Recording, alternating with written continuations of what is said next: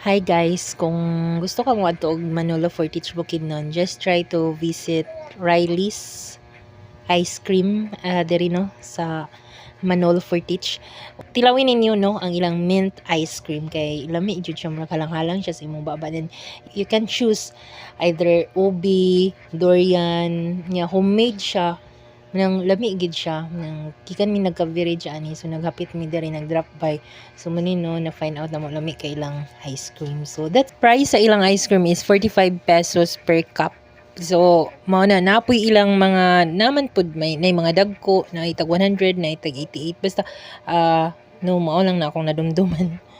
So, kung mag-visit ka, dito na mo find out. So, that's it. Visit lang. Kaya naapod nila naman sila convenience store. So, pwede rapod ka mamalit sa imong gusto nga ipasalubong, no? Kung gikan pod ka sa Manolo Fortich.